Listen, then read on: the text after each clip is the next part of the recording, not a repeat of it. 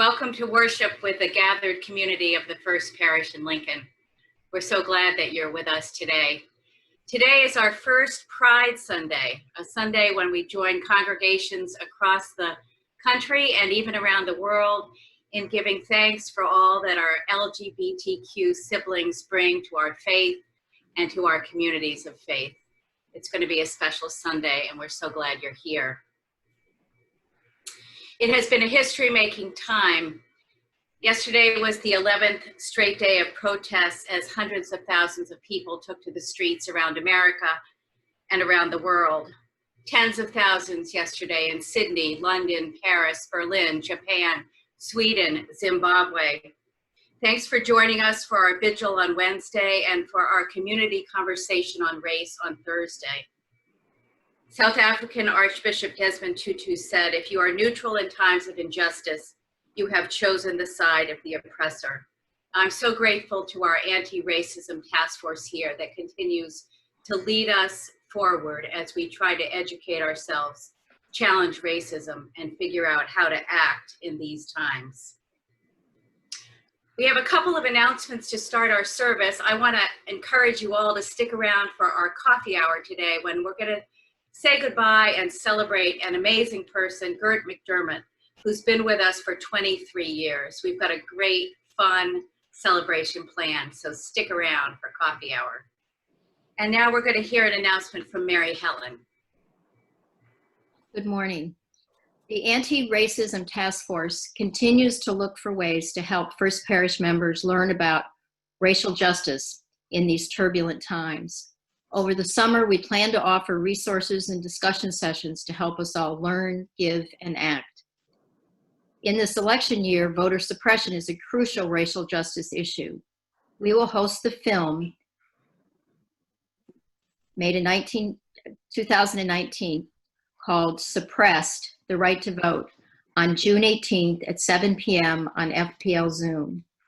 The film exposes rampant voter suppression that affected the outcome of the 2018 midterm election in Georgia and the threat it poses to our elections all across the nation in 2020.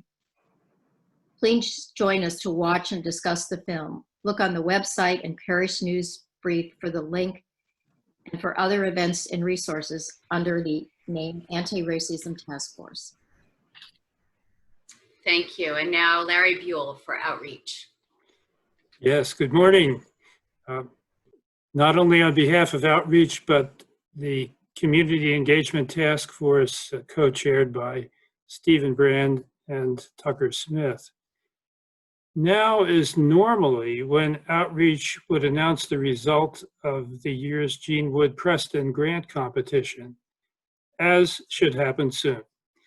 But in this very abnormal spring, our top priority has been to partner with the Community Engagement Task Force in trying to meet the needs of those around us hardest hit by the COVID crisis. In 2 short months, mid-April to mid-June, First Parish will have given half its entire donations for the year to such emergency efforts, more than 40,000 all told, mostly towards food security.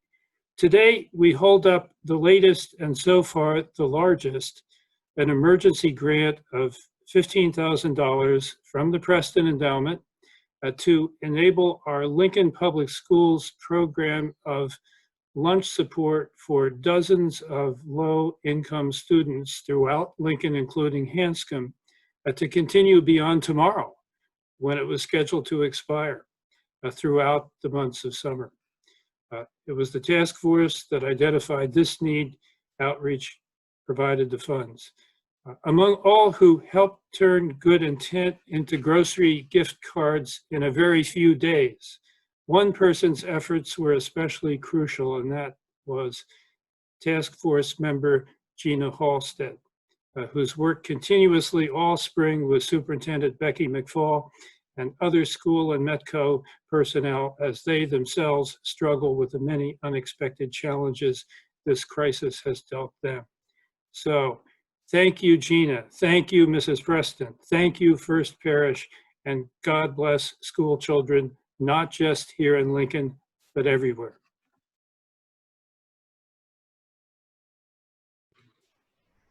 Thank you. Thank you so much. Thanks, Larry. Finally, our last announcement. Some of you remember the Reverend Maruyama White Hammond, who preached at our church last year in February, I believe. It's rescheduled. Maruyama is part of a Black Clergy Association in Boston that has invited us to support them today in their memorial service for George, Brianna, and Ahmad in Boston. So there are a couple of ways we can do this. We can join them online, and it will be broadcast live on television and on Zoom, and our website will have some details if you go to our homepage. And you could also, if you wanted, drive into Boston and park your car along the parade route. They're going to have some hearses with a procession starting at 2 p.m. and then the worship service, which will be led by Black clergy in Boston in the Black church tradition, including Maruyama White Hammond and Liz Walker and others. So if you want to join, as we've been asked to do, please check our website a little later today for more details. And now let's wave to each other and welcome each other as we do every Sunday. Hi, everybody. Good to see you all here. Thanks so much for joining us. We're stronger together. And now let's deepen into worship with the opening words. I invite you to say them along with me. Stay muted, but say them at home if you wish.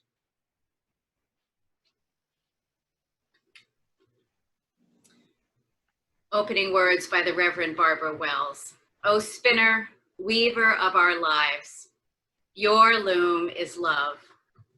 May we who are gathered here be empowered by that love to weave new patterns of truth and justice into a web of life that is strong, beautiful, and everlasting.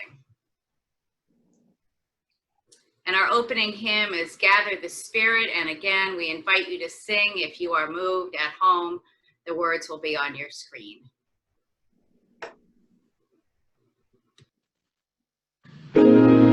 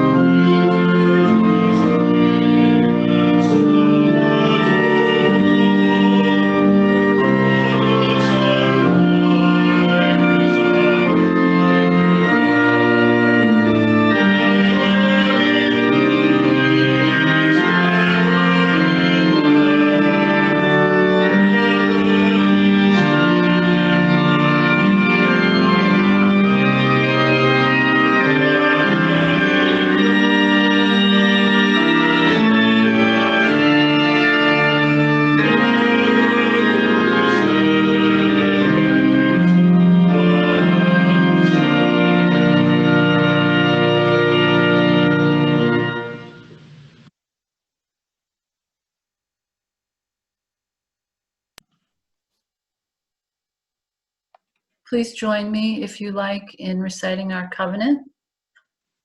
In the love of truth and in the spirit of Jesus, we unite for the worship of God and the service of all. Good morning, First Parish in Lincoln. I'm Margaret Griffith, the Director of Religious Education, and I heard that it is Pride Sunday, and I'm thinking about that word, pride, and what that might mean and why that's special today. I'm thinking about feeling proud, feeling something, really good feeling inside when you've done something well, a good drawing or a great athletic feat or a poem that you're proud of writing. That's a really great feeling. And I'm thinking about how proud I am of people standing up and saying enough is enough with all of the things going on in this country, all the racism.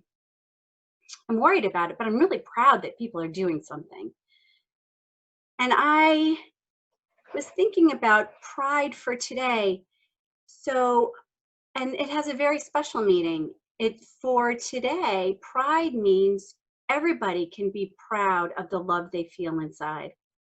They can love whomever they like. And I have a story about that. There's something in the Wonder Box. I'm gonna grab that. I'm not gonna shake it today, and in a minute you'll see why. Oh, it shook a little anyway. I have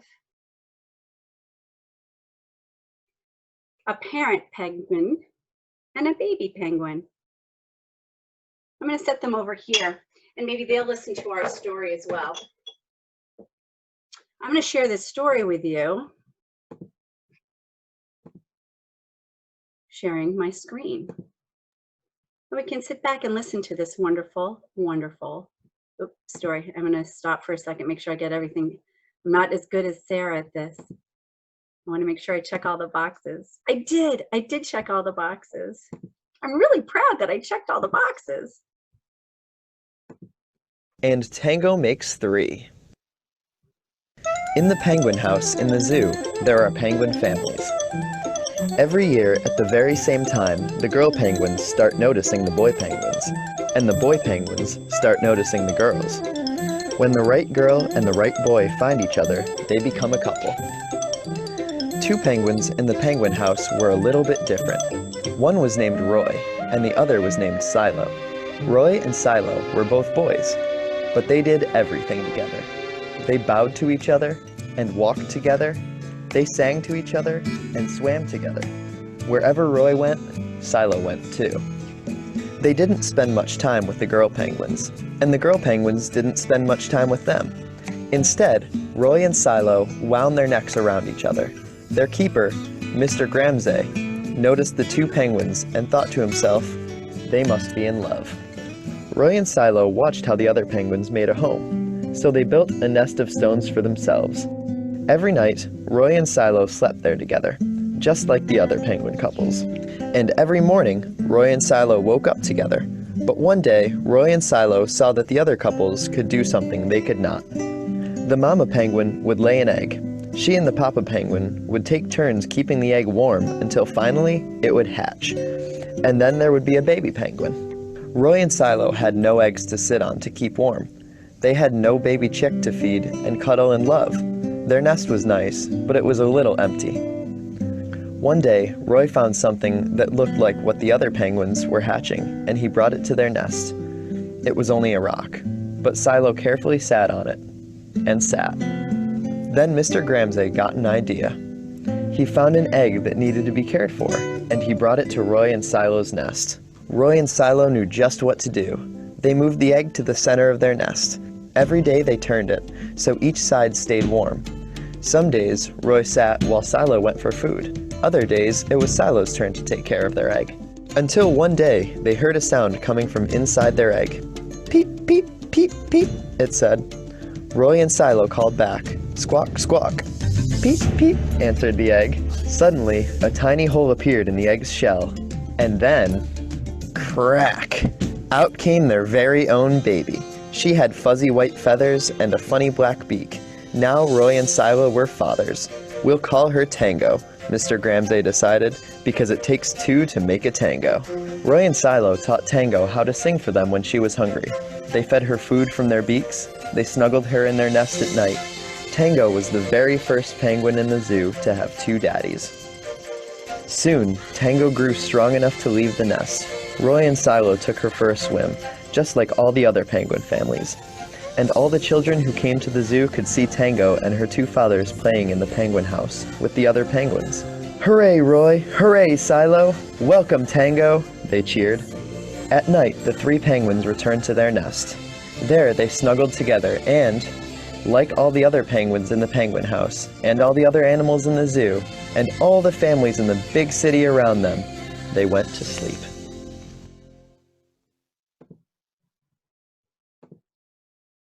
That's a great story. That's actually a true story. It happened at the Central Park Zoo.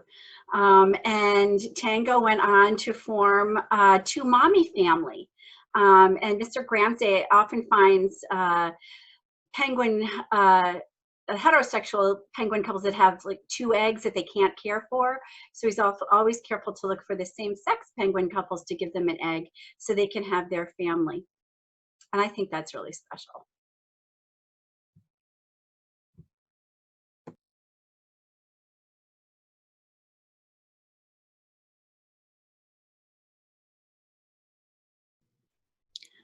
Our reading this morning is entitled A Litany for Survival by Audre Lorde.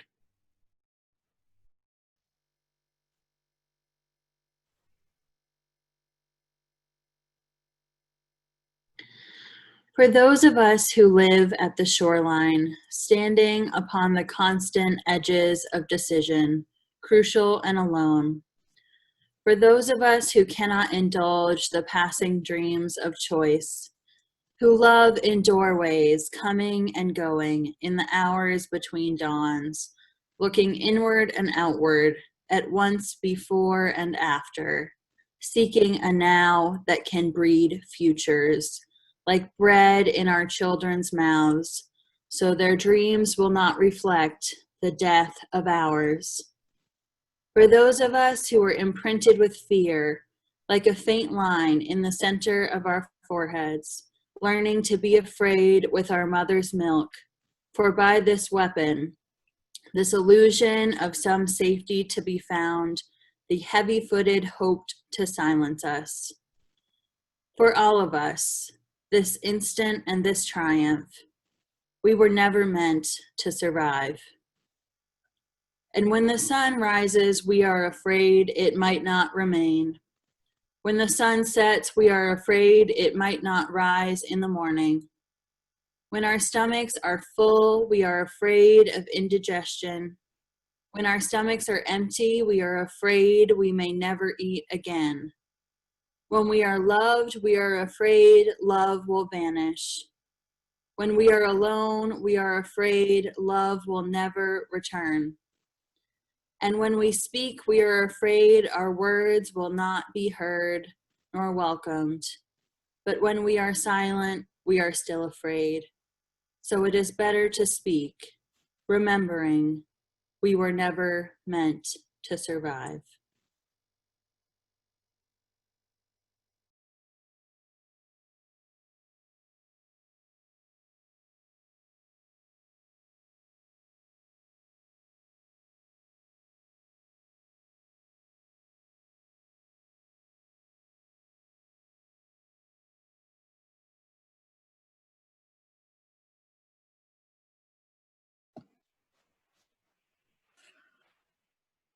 We come now to the time in our service that we set aside for silent and spoken prayers.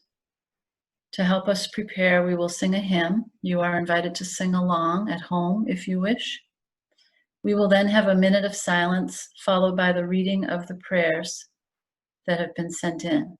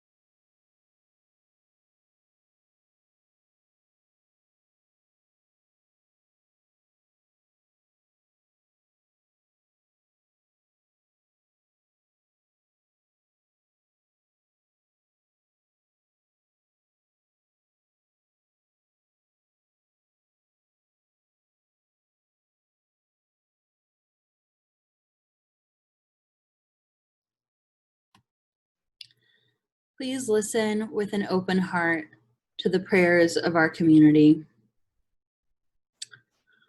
We hold all those who are out in the streets protesting today and in the future in solidarity. We pray for their safety. Gratitude for the courage and persistence of the protesters witnessing for Black lives. Our hearts are also with the Black clergy this Sunday.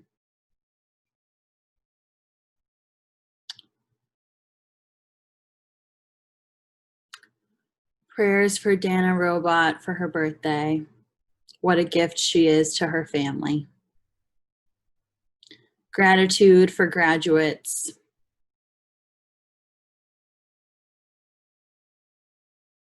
And a prayer for all those celebrating Pride Month.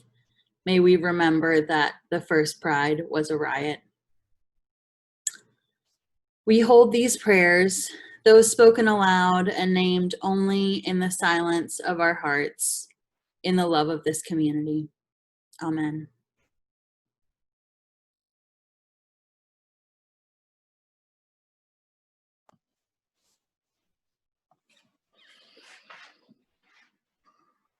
Dear God, sweet spirit of life and love, we have been brought to our knees this week in prayer, feeling broken and exhausted as a community, as a nation, a world, and a people. God, what's next? Once again, we have witnessed the unthinkable, unimaginable. We need your help to guide us to follow the right actions for change. We can never again allow ourselves to forget what we have seen. But we are struggling. How do we move forward? We feel trapped in our own skin. We don't know what to do. We shouldn't be here. We have been complacent for too long. Now, what do we say or do that is the right thing? Help us to figure it out, even if it feels awkward and it's clumsy. There is too much at stake for our fellow human beings. Let us keep asking the question, what else can we do? Help to show us, God, how we can look for the love in ourselves and in each other. Help us find ways to see and feel the love and grace around us and in the world. Remind us of that today. Especially now, we need to be grateful for your love and to be in your presence today. With our hearts and minds so broken, help us find our way back to your love. Help us find our playful, sweet, loving spirits through this dark time and share it with all those we love. We can see it in the youth today, the way they are coming together. We can see them turning to love for one another as they chant, pray, dance, and sing together in the streets. Remind us we're here today to celebrate and reflect on all of the struggles that have been overcome in the LGBTQ community. Help us to remember that this came all out of love, love for one another, love for their futures, love to show that there is so much good in people. May the love of God and the sweet and mighty spirit of us all get us through. Amen.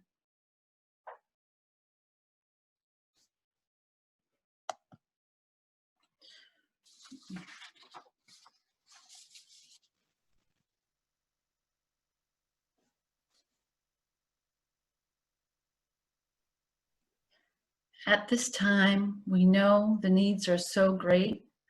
We appreciate your generosity so much. You may donate online at fplincoln.org/donate or mail a check to the church at 14 Bedford Road, Lincoln, Mass. And thank you.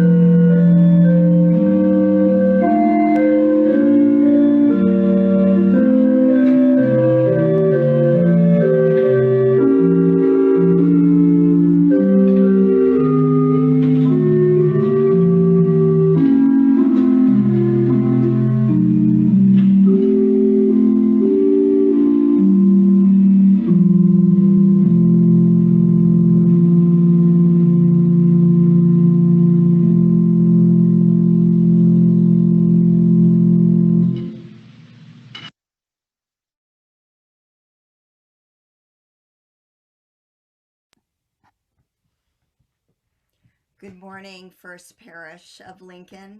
I'm Jane O'Rourke, and we are, as a family, very honored to be part of our very first Pride Sunday. I was so taken aback by Sarah Kay and Margaret's request that we, our family, participate in today's service. And as my wife Ursula and I sit together, we thought, who better than our own pride and joy, our daughter, Tessa, to share what was her college essay to get into college. She's now, as many of you know, teaching for Teach for America in New Orleans. And she has accepted the offer and is going to share that with us all right now. Hi, everyone. I'm Tessa. It's nice to virtually meet a lot of you. I'm just going to read this story. It's about our family, and I hope you enjoy it. Right. It was November 6th, 2012. Suddenly, I heard her on the stairs. Entering the room, she saw me and said, "Hi, I'm Stella, a Hurricane Sandy refugee from New York. Who are you?" She had no idea who I was. My mother, her daughter, reminded her of the granddaughter she had abandoned. After 15 years of zero contact, I was face to face with Stella Matalonis, my grandmother. Before Stella came into my life that day, I don't recall many reminders of her existence, except when her disapproval of my family came up in conversations during the holidays. Every Thanksgiving, my mom, Jane, and I traveled alone to Northampton to have dinner with family friends, while my other mom, Urs, left for Manhasset, Long Island to visit Stella. My other mom and I were not allowed to join. Stella did not consider us family, and we were therefore not welcome in her home. In fact, she considered it trespassing. Then something changed. Stella was forced to become part of our lives. In mid-March, she found out the treatment for her molecular melanoma was unsuccessful. Her cancer had spread. Stella was dying, and she came to live with us permanently. Within a month, Stella slowly began to be a part of our family routine. She would sit with my mom and me at the kitchen table as I studied AP biology. She asked about my plans for the future. When I would leave, she would ask the hospice nurse, "Where is she going? Will she be safe? When will she be home?" The week before she died, Stella was in bed in our living room, no longer conscious. Her room was constantly full of people telling her it was time to move on. I was not one of those people. I was uncomfortable and confused. But late one night, I finally gained the courage to speak with Stella. I knew if I didn't, I would regret it. I thought, time is running out. If you don't now, you might not get another chance.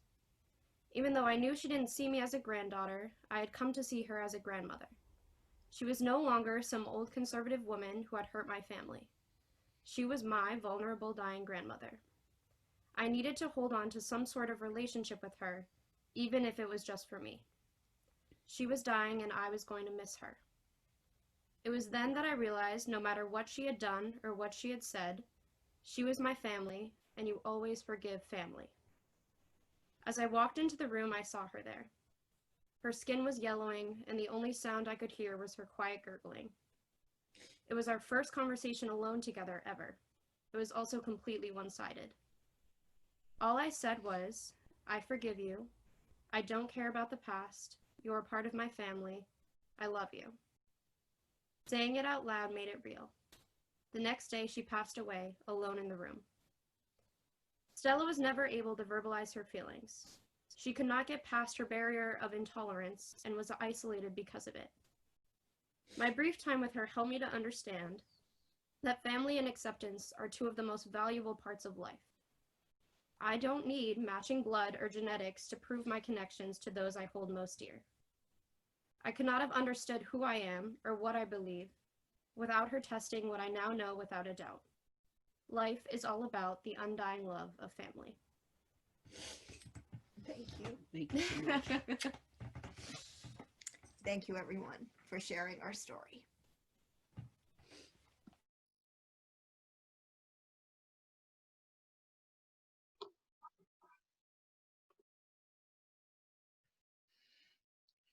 Thank you, Tessa, and thank you, Jane, Ursula, for welcoming us into your home, into your family this morning. We're so grateful that you are a part of this community.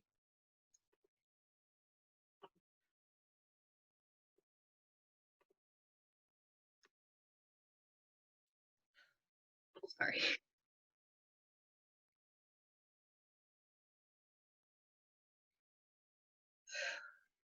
Good morning, First Parish in Lincoln. It is such an honor to be speaking to you today on this first Pride Sunday in your history that we're aware of. I often find myself reflecting on what my former pastors and Bible teachers would think if they heard the way I teach and preach today. That's especially on my mind this morning. I was raised to believe that God created human beings as strictly male and female, and that romance and sexuality were intended to be expressed solely between two members of these opposite genders. 6 years ago, this message would have reflected that way of thinking. I think it's important to name that I used to think this way, preach and teach this way, because I cannot quietly change my mind about something that had such an impact on the lives of others without acknowledging the harm my beliefs and actions have caused them. It's easy to just start saying the right thing once you realize you've been wrong about something in the past. It's much harder to follow up on those words with meaningful action that helps to dismantle oppressive structures and contributes to the creation of a better world. As the spread of the coronavirus these past months has shown us, and as renewed media attention on the perpetual reality of anti-Black racism in America has amplified, we are on the cusp of the creation of a new world. Things will never be the same again. At least they don't have to be. There is a new creation on the way, but the question remains, what sort of new world will it be? And how will First Parish have a hand in the co-creative work? In order to faithfully engage in the work of new creation, it is vital to be able to name who we are and to think about how we communicate our identity. And so we come to Pride Sunday, and how appropriate it is for us to be talking about and celebrating the lives, loves, and identities of LGBTQ people in our congregation and community at any time, and in particular at this time. Because one of the beautiful truths, many beautiful truths, that LGBT people embody in this world is the power of self-naming, of saying, this is who I am, whether that be through a parade or a drag show or through the quiet and mundane moments of daily living and loving. For First Parish, one way we can embody our identity as an open and welcoming community church is to listen and to celebrate the ways in which our members, friends, and neighbors name themselves.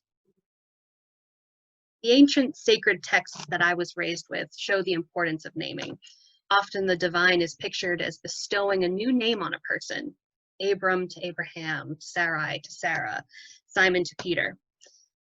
The way these stories are told, it's easy to think this is a process of outward-inward renaming. God is some external being telling the human who they are. But what if we reimagined this declaration of a new name and new identity as an inward-out process that begins with our own sacred, embodied self-knowledge? As Audre Lorde said, all knowledge is mediated through the body. Feeling is a profound source of information in our lives. Our self-naming begins in our bodies. Audre Lorde was a Black lesbian poet. In her essay, Uses of the Erotic, she speaks to this resource as embedded within each of us, quote, firmly rooted in the power of our unexpressed and unrecognized feeling. And once we have experienced the fullness of this depth of feeling and recognized its power, in honor and self-respect, we can require no less of ourselves. Our bodily knowings about who we are, what we desire, where our joy and passion come from, are not only valid, they are a sacred power to let us know just how much we are capable of. They provide the energy to move through a world that for some of us is built to work against us. A world that tells us that who we are, what we look like, or who we love is wrong. A world that wants to interrupt our access to bodily knowing and rely on some external authority's judgment about our bodies or desires. But humans have known for a long time that the body is a source of sacred truth. In one ancient story of human creation, the substance of the body was interpreted theologically. The flesh said something about what it means to be human and how humans were meant to live in the world. In Genesis 2, the divine is described as creating the human from the dust of the earth. The Hebrew word for human is Adam, Adam, and the word earth is Adamah. Ancient peoples looked at their bodies, what happened to them as they went back into the earth after death, and made a judgment about what it meant to be human. We're connected to the earth, and therefore we are here to caretake it.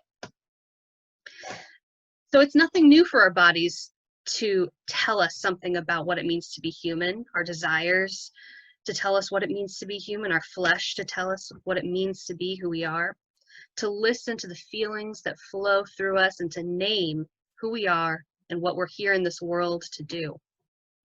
In this way, listening to your embodied knowledge by coming out, saying, this is my true name, these are my pronouns, this is how I wish for you to address me. This is all a sacred act. And the way that a community responds to that act speaks to how limited or how expansive that community's view of the sacred is. I want to be careful not to imply here that coming out must look the same for every queer person. For some, making a public statement feels superfluous. Their daily living is their self-identification and doesn't require comment. For others, publicly self-identifying is not something that's safe for them. And still for others, the act of publicly coming out and sharing their identity is a key step in self-healing and living authentically. However your process of self-naming looks, it is an act of self-love and it is sacred. May First Parish be a community in which your self-naming is welcome. Some might wonder, why must we talk about identity at all? Aren't we all just human? Explicitly naming one's identity and the identity of one's community when it comes to sexuality or gender identity or race or ability or body size or class and so on, it's not cutting humanity up into groups as a means of division. Naming identity is actually a step along the way to a meaningful unity. Martin Luther King Jr. spoke of humanity being woven together in a single garment of destiny, by which he did not mean let us erase our differences to become one. In context, he explained that what affects and troubles you also affects and troubles me. I cannot become what I need to be unless you also become what you need to be. In order for us to survive as a species, I must listen to you and try to understand your experience of the world. Again, Audre Lorde put it this way, I am not free while any woman is unfree, even when her shackles are very different from my own. And I am not free as long as one person of color remains chained, nor is any one of you. If a community silences or ignores the identities of some of its members, it becomes impossible to listen to the unique experiences of those members. And if we're not listening to those unique experiences, then it becomes all too easy to assume everything is fine and the oppression of those members is not, in fact, still occurring. That the shackles that still bind our Black siblings and queer siblings have all been taken care of. It's easy to assume when we see the annual Pride parades each June and the presence of queer characters in certain media that the gay rights movement has prevailed and there's nothing left to talk about. But before there were rainbow cups at Starbucks, Pride was a riot against racist and homophobic police brutality. The marches and protests moving through our streets today are the descendants of the marches, bus boycotts, and sit-ins of the civil rights movement, as well as the riot at Stonewall Inn, where in 1969, after years of being targeted for violence and arrest by civic authorities, a group of queer and transgender Black and brown women and many others said, enough. Pride Month and the Pride marches that we see are ongoing ways of saying to ongoing oppression, I'm still here, we're still here, and we will still be pushing for liberation for all peoples. As Marsha P. Johnson said, no pride for some of us without liberation for all of us. And so, this Pride Sunday at First Parish, may you experience the power of self-love that takes place when you listen to and find words for your inner knowings, whether you choose to speak them publicly or in the quiet of your heart. May your self-naming be a resource for living fully and for liberation, both for your own and of all peoples.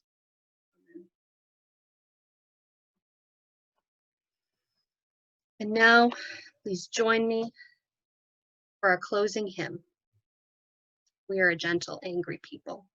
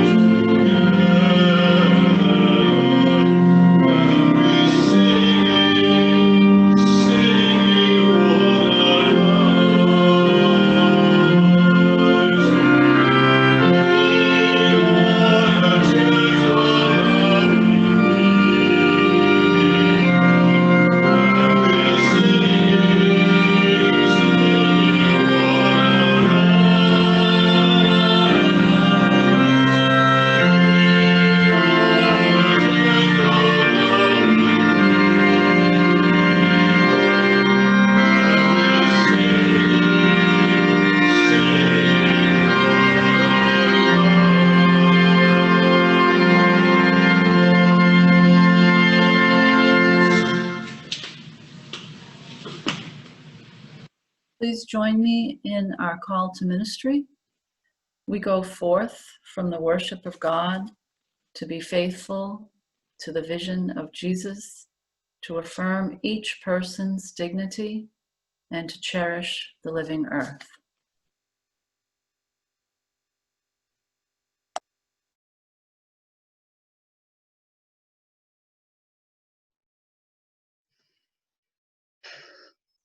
May you go forth from this place with the knowledge that your bodies, your knowing of self is sacred.